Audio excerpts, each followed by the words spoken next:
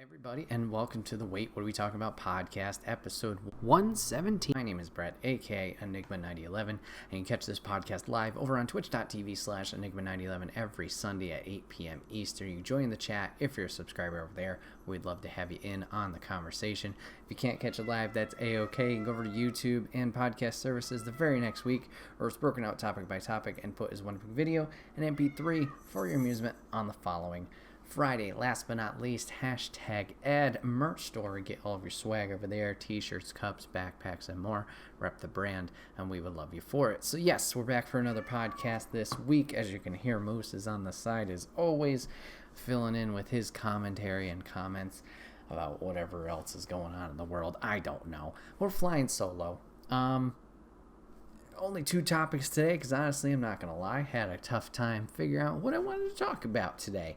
But we're going to kick it over to some games that I've been playing recently that I kind of want to talk about. What my thoughts on were there, how they played out, thoughts on the story, etc., etc. I talked about it 2 weeks ago, some goals for this coming year of 2022, what I wanted to get accomplished, and I'm not sure if I mentioned it, but one of them was to play more games and not like, I don't want to do other things, but just like play them through and complete them, because I have a bad habit of starting a lot of games and then for some reason, whether it's just loss of interest or the next game comes along, it never really gets finished. It's kind of partially started, maybe even not even halfway through. So a goal for this year was to play through fully and complete more games, and I would like to say that I'm off to a good start. The holiday break, I guess you could say, definitely put it off into got us in the right step. We'll have to see. Obviously, it's still early in the year. We'll have to see if that continues, but it's nice to see some progress. So far, I finished 2 games. One I started month ago, and it's been kind of like a slow grind, and that was Deathloop, and I think I've talked about this previously on the podcast of how I've been enjoying that game. But I finally finished that one, and then another one that I had gotten over the holidays and kind of rushed through just because I was really enjoying it, and not rushed but blasted through, was Guardians of the Galaxy. So I kind of wanted to talk about these 2 games today, what my thoughts on them were, and how it played out. I'm going to give a general overview to start, so if you haven't played these games and don't want spoilers, this starting section will be spoiler free, and then I'll kind of go into some more details afterwards, but I'll give you guys a heads up so you can hop over to part 2 if you want to avoid that. But so as for Deathloop, Deathloop was a lot of fun. Like I said before, I think I've talked about it previously in the podcast, how the gameplay works out, and trying to find all the information about the different, what are they called? The 8 different visionaries on this island that you have to deal with and take out before you can leave. And that aspect of the gameplay and finding that information and kind of making a game plan was a lot of fun. I would say, how things played out with the gameplay, whether it's combat or just your mobility, really rewarding, really exciting to kind of go around, see what the different strategies are for these visionaries, how to tackle them, and then also picking up more and more information about either them personally or things that are just going on in the world. Everything was very rewarding and made you just want to keep digging farther and farther into the lore, into the story that they were providing. So I really enjoyed Deathloop. I thought it was a good time. As for Guardians, Guardians totally different in play style. Deathloop has 4 different sections that you can kind of openly explore and go through at different times of the day, whether it's morning, noon, afternoon, or evening, and different things will kind of happen, whether it's enemy layouts or certain people will be around or certain enemies, the visionaries themselves. And for Guardians, this is a more traditional point-to-point story-driven campaign where there is a little bit of exploration, in the pathing of the level, but definitely is more focused. And Guardians, I thought, was fantastic. I know, it's kind of hard sometimes to separate the actors from new voices or new people portraying them when it's a sequel or just a different version of a certain story that already exists. But I thought some of the voice cast took me right into it. Was believable. There was a few that had to win me over or maybe didn't sound super great in certain parts, but by the end of it, I was fully invested in every voice actor and actress's performance, and I really felt connected to the characters in what they were going through. And yeah, I don't know if it's just maybe what I've been playing recently over these past years, but a lot of games have been this more open world experience, which is nice in a way because you have that freedom to explore and go any which way you want to. But this felt really nice to get back to form, if that makes sense, of being that more point-to-point focused story, because it felt like more was getting accomplished, if that makes sense. And I think that's why I just kept going to this game to play it, and eventually blasted through it till the end. I think it took me maybe about a week and a half to play through it. And, that's, gradually a few hours each night. I don't remember off the top of my head what the total gameplay or game hours I put into. Luckily, the PS5, they've added that feature. I say luckily loose. Sometimes you look at play clocks and you're like, oh shit, I've played this game for triple digits in the hours. Yikes. But it's kind of nice to be like, oh, okay, it did take this long, or however it was. But I want to say it took maybe 12-ish overall, and it was a great time. And I didn't feel like I rushed either. There are some areas that you can kind of explore a little bit more, and I'll explain those in the spoiler section. But Guardians was fantastic. Gameplay was fun. The story they were trying to tell was a lot of fun, and I think it was rewarding for the extra stuff that they added throughout that I was not personally expecting or had not even spoiled on. So yeah, fantastic game for Guardians. So now, that's my overview. I'll go into spoilers. So if you don't want to know, peace out. Go to section 2 or topic 2. We'll start with Deathloop. So Deathloop, like I said, overall I thought was good. Something that I thought Deathloop kind of faltered on or fell apart on was the ending. I mentioned you have this build throughout the whole time you're playing as Colt and trying to figure out what's going on the island. Why is the loop happening? Why do all the visionaries want to stay in the loop? Why is Juliana trying to stop you from obviously breaking it? And you're learning more information about that, but then also running into your previous selves, or occasionally here and there. This Colt went through this stuff. This Colt went through this stuff. And all that's fantastic and makes you intrigued to play. When you finally do it, it's kind of simple to execute the plan.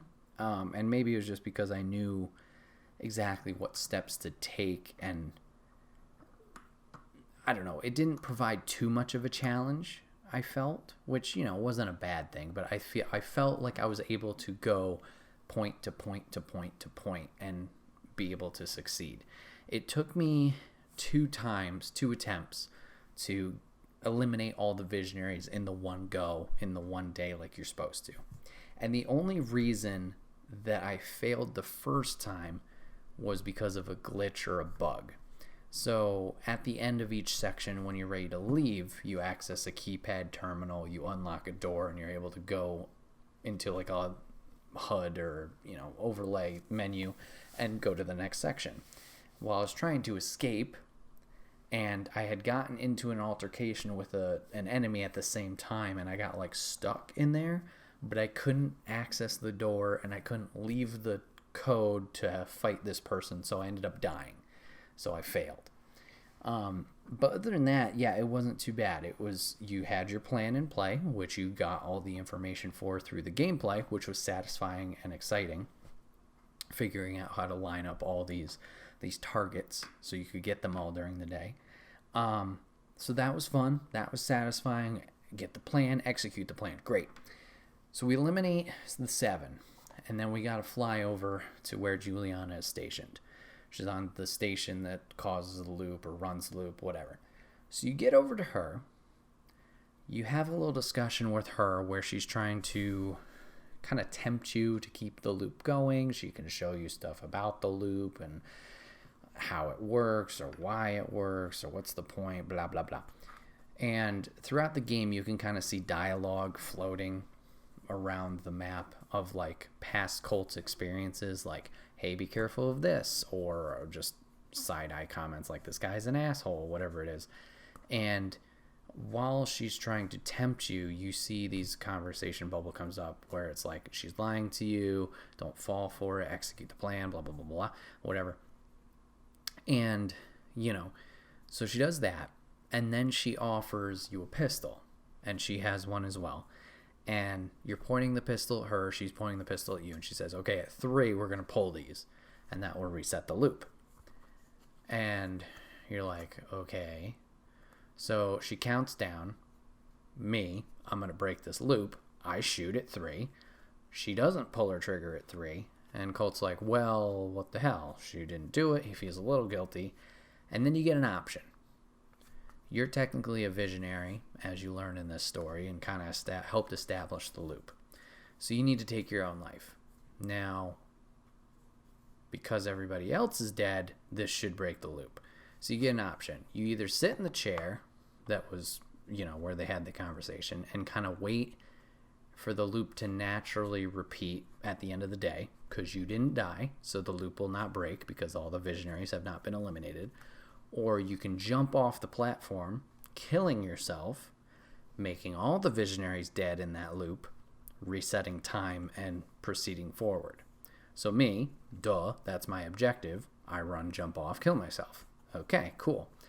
Now, during your conversation with Juliana, she mentions that she wakes up every day prior to you waking up on the beach, where your loop begins.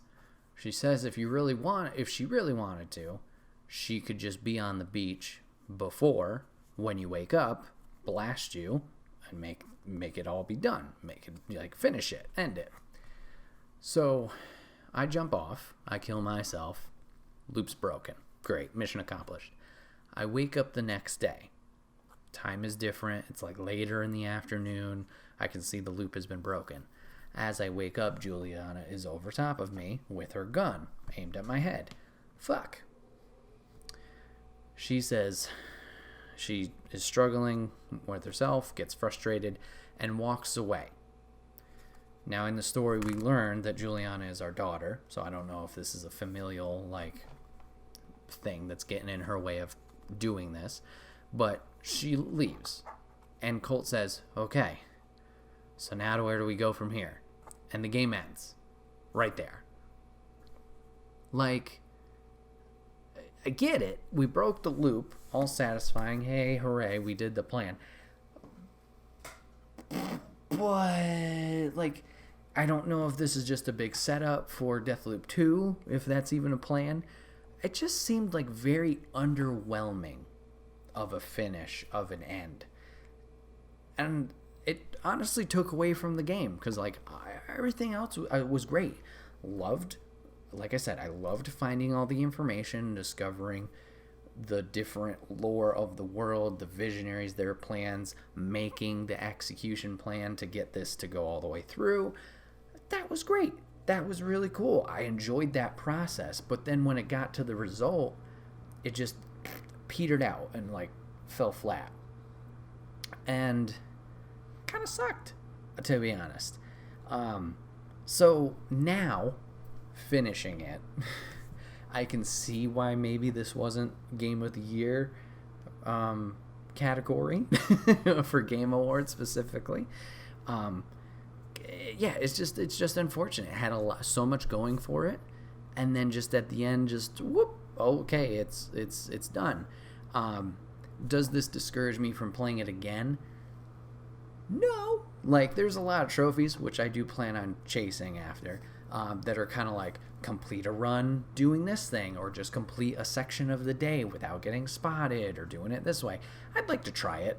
Some of them do seem challenging, like don't alert anybody but kill all the visionaries on the map and then leave. Like, what the fuck? Obviously, I'll have to look up some guides for that, but like, yeah, it's just the ending that was like, but other than that, fantastic. I like the powers you get. I like the guns you have, the gunplay.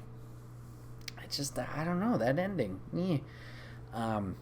Still would recommend it to people. I think it's just, I don't know. That ending just didn't deliver, I guess, after all this build, which is unfortunate. On the other side of things, Guardians fucking blew it out of the water. Did amazing. I know a lot of people, when this game was first announced, I think at E3, were like, what? This looks gross. Obviously, a lot of people had mixed reactions on Marvel's Avengers from Square Enix. So they're like, another game like this. Not the what's the terminology for it? Games of service, Jesus Christ, where they keep adding new stuff. It wasn't a game like that, but everybody had, the sour taste in their mouth from Avengers, so they didn't have a lot of faith in this one, even if it was a different developer. But yeah, it took everybody by surprise. So in this game, you're just Star-Lord, and then you kind of like, you run your team. You have each of the Guardians at your disposal: Gamora, Rocket, Groot, Drax, and you kind of tell them when to do certain moves. So that can either help you in the battlefield. So like Groot can trap enemies, Rocket can throw explosives, Drax can just go in there crazy with his knives, and Gamora with her sword. And playing around with the different Guardians and the cooldowns and the different abilities they have, a lot of fun. You kind of build up a little bit of a strategy of how you want to take out the enemies around you and deal with the situation there. As well as the combat, you can do it outside of combat. So how am I going to progress through this level? Maybe Groot needs to make a bridge for me, or raise a platform, or Rocket, because he's smaller, can fit into smaller places and deal with some electrical components that maybe Quill cannot, Star-Lord cannot. So that was cool. And then the whole dialogue, just the entire time of what they are dealing with each other. The team's still relatively new. I think Gamora has been the latest member that's added to the team. So some of the members with her history with Thanos, being the adopted daughter, are still kind of at odds with her, and the trust isn't fully there. But seeing their relationship grow from the beginning of the story to the end of the story is fantastic. Throughout the story as well, at certain points you can make some dialogue choices to either side with certain members of the crew, or either escalate a situation that they're talking about, or de-escalate it and kind of shut it down before it turns into anything. I'm not sure 100% how much those dialogue choices really affect your gameplay. There are a couple moments when you do make dialogue choices, similar to like, I don't think it's Skyrim, but maybe it is, where No, I'm sorry, it's not Skyrim. It's like a Life is Strange, like those types of very heavy dialogue option choices. It will pop up in the corner like so-and-so will remember this. There are moments in that like that in this game where so-and-so was affected by your choice here and respects you for it, or was a little perturbed or whatever. Luckily, I was able to make pretty good choices. But like, it was fun to see some of those choices pay off in later runs. So for example, there's a couple characters that I was not expecting to meet in this story. One being Mantis, one being Cosmo the space dog. Thanos is in it at one point as kind of a nightmare vision. Adam Warlock is in it. But for Cosmo specifically, there was a moment where I kind of had helped him break out of a mind control per se. And because I was able to help him later on when we were doing the final battle against the big bad army, he had come to lend his support and help us out in a situation. So I think like I said, I don't know 100%, but it seems like those dialogue choices will lead to certain things happening. And along with the dialogue choices, your discovering of certain things in the world, whether it's items or collectibles, that will also affect how the game goes. So throughout the levels, there are two different types, well, actually three different types of collectibles. There are outfits, so pretty much, customize how your Guardians look. There's costumes from the 2014 movie. There's costumes from different comic book runs. So you can collect those. That's one. Two is these things called lore markers, which is essentially just a text thing kind of talking about the world, that's something that had happened either directly there at that level or just an overlay similar to you could find in numerous games if you just kind of wanted to deep dive some stuff. And then the third one was physical objects in the world that kind of tied in to certain characters, and these would open up different dialogue as well with each of the Guardians. So for example, there was a voice like modulator or like a dialogue tool, and you could talk to Groot to try and figure out if you could have a conversation with him, obviously not understanding his language, of maybe furthering that connection. There was one that I found for Drax that was very important, that kind of gives you a bonding moment where he will open up about his family and his history. But if you don't find that item, you can totally miss that conversation entirely. I've heard from, shout out to the Trophy Room, a PlayStation podcast, go check them out. I've heard from them the couple times that they've talked about the game themselves of something that really hit them with Gamora, some kind of conversation that they had about her backstory. I totally missed that personally. I didn't find that item that had lined up with it.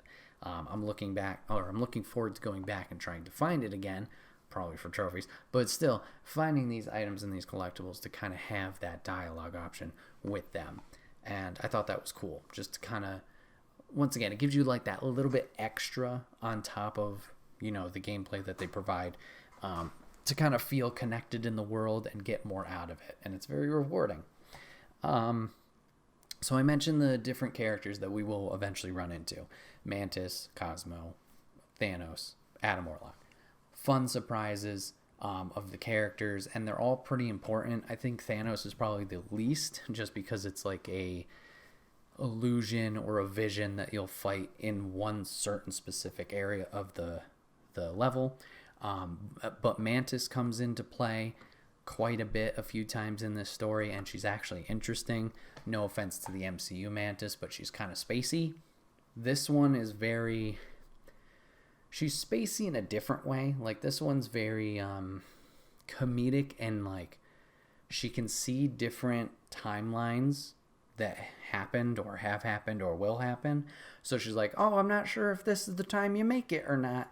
And like she kind of plays with you in that way, in that kind of comedic role. And she was funny to have around along for the journey at certain points. Adam Warlock, which we haven't met in the MCU, we've teased at the end of Guardians 2. But his character is very like straight-laced, like to the point. I think he talks in weird patterns and stuff like that. But he kind of has a weird Thor, Star-Lord, and once again MCU like relationship where they're kind of like butting heads of like who's in charge,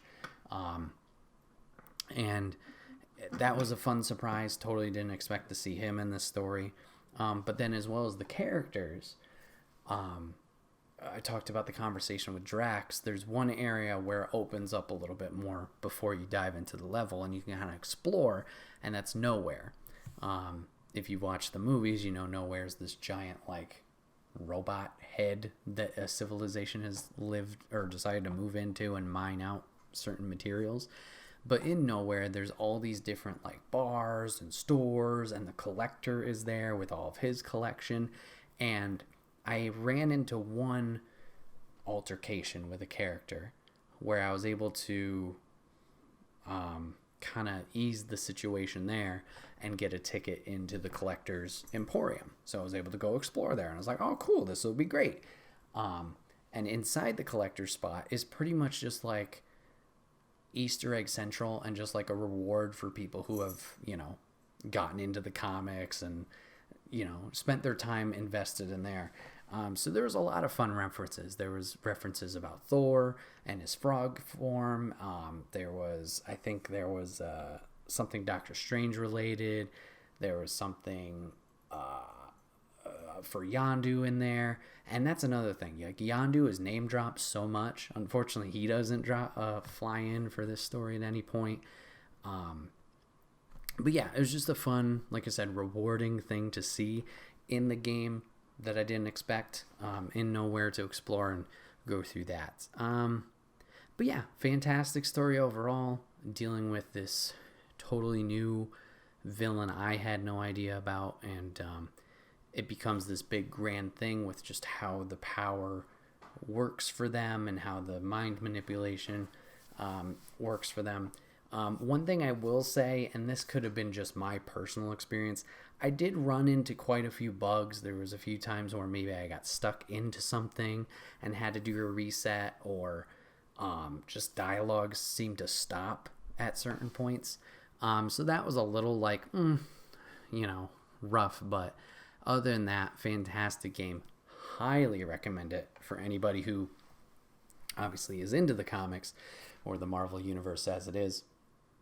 But even if you're not, like, this game, man, hiccup central over here. Excuse me. This game was very rewarding. And like I said, maybe it's just the return to form of the straight point-to-point leveling. But it was nice to have this and not be like, all right, I got 50 markers on the map. Which one's the real, like, important one, or which one's I'm just going to get better gear or whatever. I don't know. This was nice. This was really nice to kind of get back into, and I'm looking forward to playing more games like that. Recently, I've dived into Kena Bridge of Spirits, which has a little bit more exploration, but seems to be point to point, and I've been enjoying that as well. So we'll have to see. I'll have to see, how the rest of Kena plays out. But anyways, Guardians, fantastic. Really hope they get a sequel out of this. Obviously, I think they will, because it performed very, very well.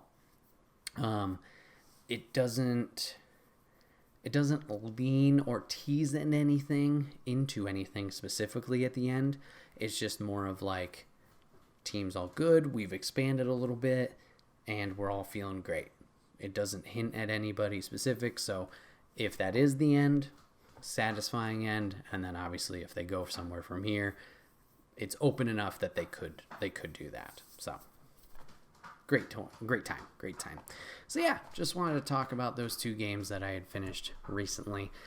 If you guys have played through them, love to hear your opinion on them, and then love to talk about games with you guys. Speaking of games, we're going to move on to topic 2, probably a real short one, but just wanted to talk about streaming games. I haven't done that in a while, and I'm going to be doing that again starting this week as of recording. So if you're hearing this Friday, shit, you missed some. No. I've obviously recently have taken a break from streaming games. The schedule over the summer, I was doing 2 jobs at once, so didn't really have a lot of time to do it. And the time that I did, once those 2 jobs were done, didn't really feel supernatural, not supernatural, fantastical, but didn't feel natural to stream during the days, just because the audience that had been built wouldn't be around during that time. Not that we wouldn't have viewers, and those people who did show up, I really thank you for it, but it just, something felt off. It didn't feel natural. And maybe it was just a routine of like stopping, starting, kind of thing, which I'm still a little worried about. But so yeah, I don't know. Getting back into streaming games, very excited to do that. We're going to be starting that this week once again, and we're going to be diving into a little game I've heard a lot about, a lot of good things, and Ghost of Tsushima.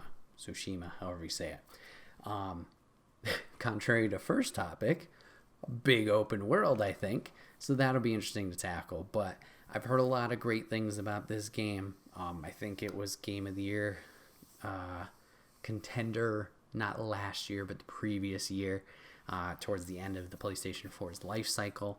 I will be playing it on PlayStation 4. I know it's been given a director's cut, like the little upped res version on PlayStation 5, as well as a DLC, Iggy Island. Won't be playing it on there. Just excited to hop through it on PS4 and run through that. But I'm excited to get back into streaming. Once again, calling back to a previous episode of the podcast, 2022 goals. This is a goal that I've had with the whole rearranging of my personal schedule, switching jobs and stuff like that.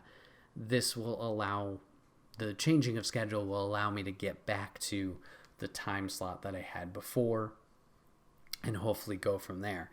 I feel with the break, 6 months plus or whatever it has been, I feel it was a nice refresher.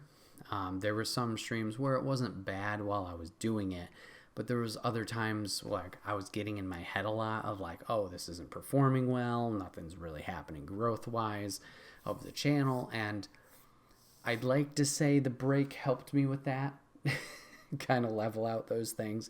It's still something I'm thinking about, like numbers and, oh, it's been 6 years of streaming and what do you have to show for it, blah blah blah. Trying to keep that in the background. Obviously they're important things to think about, but if you focus on them too much, it leads to negativity, which isn't great. So I'm feeling the break has helped me realize this is something I really do want to chase after and attempt to do. The excitement's been there, the creativity has been there for, how do I change the presentation, whether it's emotes, whether it's notifications, like what can I do to be better? And along with, taking the break, continuing the podcast, and now making it weekly, that kind of presentation and talking more, hopefully I can take what I've learned from that and apply it to the streams and maybe make something out of it. There's some other, grander goals that I'd like, obviously, out of the streaming, like anyone who does this. We'll just have to see if those things come to fruition. I'd say they're high hopes, at least for where I am right now, but that's not a bad thing. You reach for something real high, hopefully you get halfway there. Either way, it's progress. So we'll have to see. I plan on making some moves. That sounds weird, but doing some things early on to put myself in the right direction to chase after. And the nice thing too is that everybody I've talked to in person has been very supportive of it. Ladies obviously been very supportive of it and, wants to make sure I'm doing the things that I want to do. So we've talked about that, just making sure that's a priority as well. And then there's been other parties that have been very supportive with, trying to learn more about it or lend a helpful hand with advice or just like talking about it in general. The parents and some other friends. So I appreciate them for it. So it will just be a matter of, go with it, be positive about it, and just do it. Remember, I have to remember, I'm doing this for me. While I have those goals and want the growth, that's all the extra stuff. If I'm feeling good about it, the rest should fall into place. So yeah, excited to get back into game streams. I talked about Ghost of Tsushima. Obviously, that will be one that we start off with. I think I'd also like to replay through Horizon Zero Dawn with Forbidden West coming out in February. I think I want to stream that as well. I streamed Zero Dawn years ago on this channel and had a lot of fun with that game. So I think doing those back to back, obviously getting the little bit of a recap of what has happened in the story, and then going into Forbidden West with it being brand new and new visuals, new gameplay, everything, that'll be exciting to kind of jump into, especially in that moment, unlike most games where I'm a little bit late to the party. So jumping into that. Something I'd also like to do is maybe do a little bit more multiplayer or networking type games. There's some people I have in mind that I like to reach out to and see if I could try and do a collaboration with. But one I've definitely talked to and have a loose plan in is Jeff Regg. He's been on the podcast a few times. You guys should know him. But we've talked about potentially doing the last portion of Man of Medan, or what's the Dark Pictures anthology. That's the whole thing. Doing that together. Those games can be played co-op, where you control different perspectives of characters. So we've talked about maybe doing the final one together that way. I've watched him stream the previous ones, and he always seems to have a lot of fun going through that. So I think it might be a fun little twist to kind of have us both engaged in that, operating characters, see what choices affect the other player, and how that story will unfold with each of us and our chaotic natures. Something else I'd like to get involved with more, along the same lines of the multiplayer, but like getting back into Apex. I know I've taken a break from that. Lady and I have talked about playing Fortnite. We play so much off stream. Why not stream it? And like, we have these gameplay moments where we're like, we should have recorded that, or like it was really cool, or we do really well. So streaming that, might as well. 2 birds, 1 stone. Fall Guys I'm getting back into, like do more of that. Among Us has always been something I'd like to play. I enjoy watching it heavily, especially with the mods that have been added. There's the Town of Salem mods, which adds so many roles with different wind conditions and etc. But then also even the voice mod, where it's proximity chat. That just adds a whole nother layer into the gameplay of personalities coming into play, and just the organic nature of everybody not separated when staying quiet during the gameplay. So I'd like to get back to that. It's just a matter of, obviously we've tried in the past, getting a group together, having it work, and going from there. But maybe that's a big pie in the sky idea. And I think one more that kind of fits along the line with like playing with people, but I don't know if it would be Overwatch. I'm starting to get that itch for Overwatch again. I know Blizzard is going through all of their drama over there, and that's like the only hiccup of like, I don't really want to play this to support them. There's a lot of nasty stuff going on with Blizzard higher ups. If you haven't heard about it, please just look it up. I'm sure you'll find it, no problem. So like on that, but I haven't played that game in some time. Have seen some other news about it and skins and stuff, and I'm like, I kind of want to get back into it. But that's another game I think that benefits from other people playing, whether it was Dio, John, Billy. I think that would be fantastic if all 4 of us could do something together, but with Dio in a different time zone, and then obviously John and Billy, along with Dio, living their own lives, doing their own thing. The lining up of schedules might not work, but doesn't hurt. You try it, you see, who's free, who's available, and then you go from there. But yeah, I'm very excited once again to get back into the streaming of games, jump back into that, see where I can push this to for the next level and a growth, stuff like that, and even just my own creative outlet. What can I think of to make something interesting that makes it feel rewarding for me?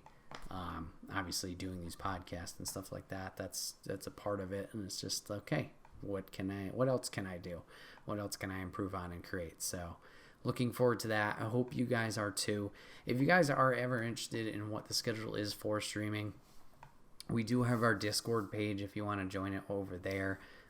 If you're watching this live on Twitch, you can find all the information down in the info below, but if not, you can hop over there. And also on social medias too, Twitter, Facebook page.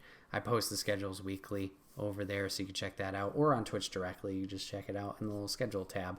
But I'll try and keep that up to date. I'll probably post everything on Saturdays just because of the layover with podcasts on Sundays.